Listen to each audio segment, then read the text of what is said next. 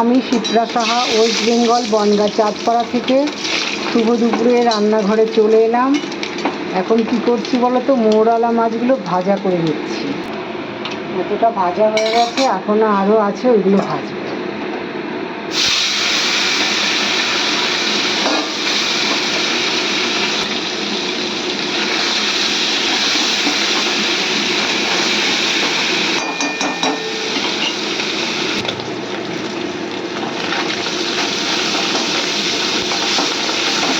মাছগুলো দেখো উল্টে পাল্টে ভেজে নিলাম, একটু ভেঙে গেল না কেন বলো তো, প্রথমে লবণ দিয়ে নিয়েছিলাম। মাছ ভাজতে গিয়ে তেলটা যখন গরম হয়ে গেছে তখন একটু লবণ দিয়ে দিয়েছিলাম। প্রথমে এতগুলো ভাজা হয়ে গেছে, তারপরে এইগুলো ভেজে নিলাম। কমপ্লিট হয়ে গেছে ভাজাটা, এবার আবার তুলে রাখছি। মাছটা ভাজা হয়ে গেছে, এবারে আর একটু তেল দিয়ে দিচ্ছি, আর এই মাছে একটু রাঁধুনি ফোড়ন দিয়ে দিচ্ছি।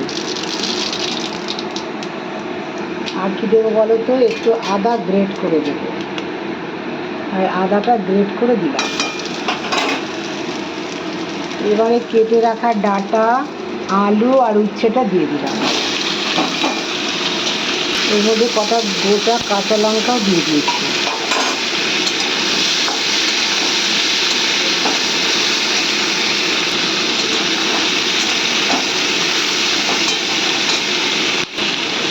এবারে লবণ দিচ্ছি, একটু হলুদও দিয়ে দিলাম।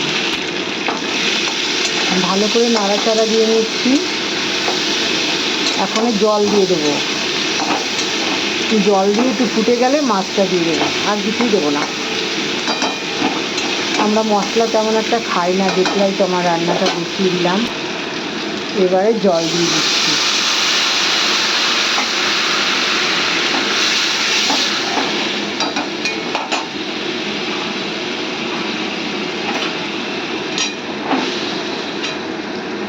যত চটজলদি তাড়াতাড়ি রান্না সব শিপ্রার কাছে দেখতে পারবা। এই শিপ্রা দিদি সবসময় সহজ পদ্ধতিতে রান্না করে, আর বাটা বাটি মশলা ছাড়া, ঝামেলা ছাড়া আর কি। আর আমরা সত্যি কথা বলতে আমরা মশলা তেমন একটা খাই না, তোমরা জানোই তো। তবে খাই, সেটা কি বলো তো, একটু তেলটা বেশি খাই আমরা। তেল কম হলে না আবার তোমাদের দাদাভাই খেতে পারে না। এদিকটা আবার ডাল বসিয়েছি, একটু হলুদ দিয়ে দিলাম। আজকেও মুসুরির ডাল আম দিয়ে। আর এদিকে না এটা প্রায় হয়ে গেছে, এবার মাছগুলো দিয়ে দেব। এবারে মাছগুলো দিয়ে দিলাম, এবারে মাছগুলো দিয়ে দিলাম। আমার রান্নাও একদম কমপ্লিট হয়ে গেছে, কত সহজে রান্না হয়ে গেছে দেখো। আর এই পাট শাকটা কাটবো, কেটে তারপরে রান্না করব। ধুয়ে রাখা হয়ে গেছে, বেছে ধোয়া হয়ে গেছে, জাস্ট কেটে রান্না করব। আর এই কটা চাপলে মাছ আর মৌরলা মাছ ভেজে রেখে দিয়েছি।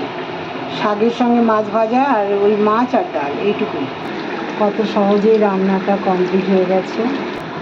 মাছটাও রান্না কমপ্লিট হয়ে গেছে, আবার এই ভাজাটাও হয়ে গেছে। আজকেও দেখো সেই পাতলা পাতলা ঝোল। এগুলোকে কি বলে জানো, শুক্তোর মাছ বলে, তিতোর মাছ যাকে বলে। উচ্ছে, ডাঁটা আর আলু দিয়ে। এবারে তেলটা গরম হয়ে গেছে, শুকনো লঙ্কা দিয়ে দিলাম আর সর্ষে দেবো। কী করবো বলো তো, আন্দাজ করতে পারছো নিশ্চয়ই। ডাল সোমবার দেবো, মুসুরির ডাল, আম দিয়ে।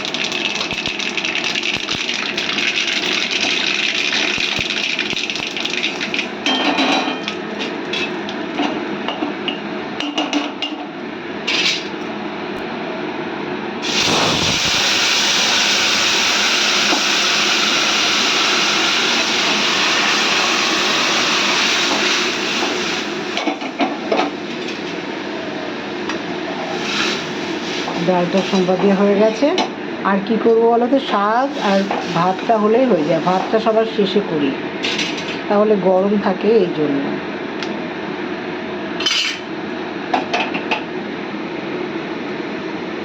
এদিকে দেখো ডালটাও কেমন ফুটে গেছে, এদিকে ভাতটাও বসিয়ে দিচ্ছি। ভাতের মধ্যে আজকে পেঁপে সেদ্ধ দেবো, কেননা উচ্ছে দিয়ে তো মাছ হচ্ছে, ওই জন্য উচ্ছেটা সেদ্ধ দিতে হবে না। আমার ডালটা না কমপ্লিট হয়ে গেছে। ডালটা ঢেলে রাখবো প্রেশার কুকারে, তাহলে কি বলো তো, ঝট করে গরম করা যায়। দেখো শিপ্রা দিদি কত ব্যালেন্স।